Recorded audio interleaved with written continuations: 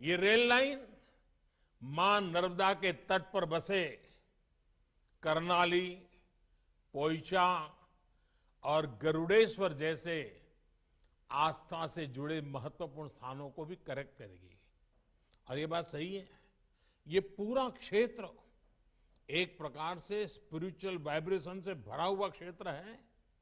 और इस व्यवस्था के कारण जो आमतौर पर आध्यात्मिक गतिविधि के लिए यहां आते हैं, उनके लिए तो बहुत ही एक प्रकार था, ये बहुत बड़ी भेंट सौगात है। भाइयों और बहनों, आज केवड़िया गुजरात के सुदूर इलाके में बसा एक छोटा सा ब्लॉक नहीं रह गया है, बल्कि केवड़िया विश्व के सबसे बड़े टूरिस्ट डेस्टिनेशन के रूप में आज उभर रहा है।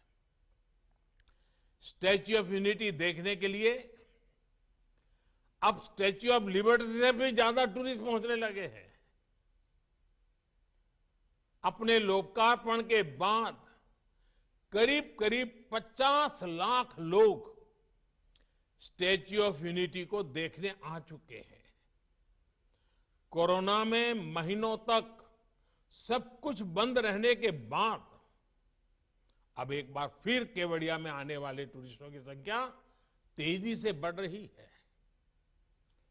एक सर्वे में अनुमान लगाया गया है कि जैसे जैसे कनेक्टिविटी बढ़ रही है, भविष्य में हर रोज 1 लाख तक लोग केवड़िया आने लगेंगे।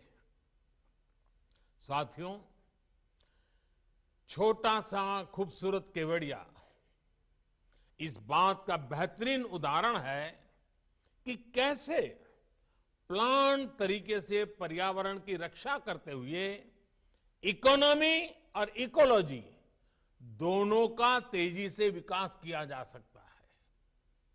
यहां इस कार्यक्रम में उपस्थित बहुत से गणमान्य लोग शायद केवड़िया नहीं गए होंगे, लेकिन मुझे विश्वास है कि एक बार केवड़िया की विकास यात्रा देखने के बाद आपको भी अपने देश की इस शानदार जगह को देख करके गर्व होगा। साथियों, मुझे याद है जब शुरू में केवड़िया को दुनिया का बेहतरीन फैमिली टूरिस्ट डेस्टिनेशन बनाने की बात की जाती थी, तो लोगों को यह सपना ही लगता था। लोग कहते थे ये संभव ही नहीं है, हो ही नहीं सकता, इस काम में तो अनेकों दशक लग जाएंगे। खैर, पुराने अनुभव के आधार पर उनकी बातों में तर्क भी था। न केवड़िया जाने के लिए चौड़ी सड़कें, न उतनी स्ट्रीट लाइटें, न रेल, न टूरिस्टों को रहने के लिए बेहतर इंतजाम। अपनी ग्रामीण पृष्ठभूमि में केवड़िया देश के अन्य छोटे से गांवों की तरह ही एक था, लेकिन आज कुछ ही वर्षों में केवड़िया का कायाकल्प हो चुका है। केवड़िया पहुंचने के लिए चौड़ी सड़कें हैं, रहने के लिए पूरा टेंट सिटी है, अन्य अच्छे इंतजाम हैं, बेहतरीन मोबाइल कनेक्टिविटी है, अच्छे अस्पताल हैं। कुछ दिन पहले सी प्लेन की सुविधा शुरू हुई है और आज देश के इतने सारे रेल रूट से केवड़िया एक साथ जुड़ गया है। ये शहर एक तरह से कंप्लीट फैमिली पैकेज के रूप में सेवाएं दे रहा है। स्टैच्यू ऑफ यूनिटी और सरदार सरोवर बांध की भव्यता, उनकी विशालता का एहसास आप केवड़िया पहुंचकर ही कर सकते हैं। अब यहां सैकड़ों एकड़ में फैला सरदार पटेल जूलॉजिकल पार्क है, जंगल सफारी है। एक तरफ आयुर्वेद और योग पर आधारित आरोग्य वन है, तो दूसरी तरफ पोषण पार्क है, रात में जगमगाता ग्लो गार्डन है, तो दिन में देखने के लिए कैक्टस गार्डन और बटरफ्लाई गार्डन है। टूरिस्टों को घुमाने के लिए एकता क्रूज है, तो दूसरी तरफ नौजवानों को साहस दिखाने के लिए राफ्टिंग का भी इंतजाम है। यानी बच्चे हो, युवा हो या बुजुर्ग, सभी के लिए है, बहुत कुछ है। बढ़ते हुए पर्यटन के कारण यहां के आदिवासी युवाओं को रोजगार मिल रहा है। यहां के लोगों के जीवन में तेजी से आधुनिक सुविधाएं पहुंच रही है।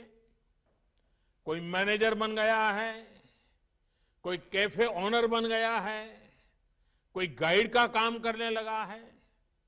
मुझे याद है, जब मैं जूलॉजिकल पार्क में पक्षियों के लिए विशेष एवेरी डॉम गया था, तो वहां एक स्थानीय महिला गाइड ने बहुत विस्तार से मुझे जानकारी दी थी। इसके अलावा केवड़िया की स्थानीय महिलाएं, उनको हैंडीक्राफ्ट के लिए बनाए गए विशेष एकता मॉल में अपने सामान की बिक्री का मौका मिल रहा है। मुझे बताया गया है कि केवड़िया के आदिवासी गांवों में 200 से ज्यादा रूम्स की पहचान करके उन्हें टूरिस्ट के होम स्टे के तौर पर विकसित किया जा रहा है। भाइयों और बहनों, केवड़िया में जो रेलवे स्टेशन भी बनाया गया है, उसमें भी सुविधा के साथ साथ टूरिज्म का ध्यान रखा गया है। यहां ट्राइबल आर्ट गैलरी और एक व्यूइंग गैलरी भी बनाई जा रही है। इस व्यूइंग गैलरी से पर्यटक स्टैच्यू ऑफ यूनिटी को देख पाएंगे। साथियों, इस प्रकार के लक्ष्य और लक्ष्य केंद्रित प्रयास भारतीय रेल के बदलते स्वरूप का भी प्रमाण है। भारतीय रेल पारंपरिक सवारी और मालगाड़ी वाली अपनी भूमिका निभाने के साथ ही हमारे प्रमुख टूरिस्ट और आस्था के जुड़े सर्किट को भी सीधी कनेक्टिविटी दे रही है। अब तो अनेक रूट्स पर विस्टाडोम वाले कोचेज भारतीय रेल की यात्रा को और आकर्षक बनाने वाले हैं। अहमदाबाद केवड़िया जनशताब्दी एक्सप्रेस भी उन ट्रेनों में से होगी जिसमें विस्टाडोम कोच की सुविधा मिलेगी। साथियों, बीते वर्षों में देश के रेल इंफ्रास्ट्रक्चर को आधुनिक बनाने के लिए जितना काम हुआ है, वो वाकई अभूतपूर्व है। आजादी के बाद हमारी ज्यादातर ऊर्जा पहले से जो रेल व्यवस्था थी, उसको ठीक ठाक करने या सुधारने में ही लगी रही। उस दौरान नई सोच और नई टेक्नोलॉजी पर फोकस कम ही रहा।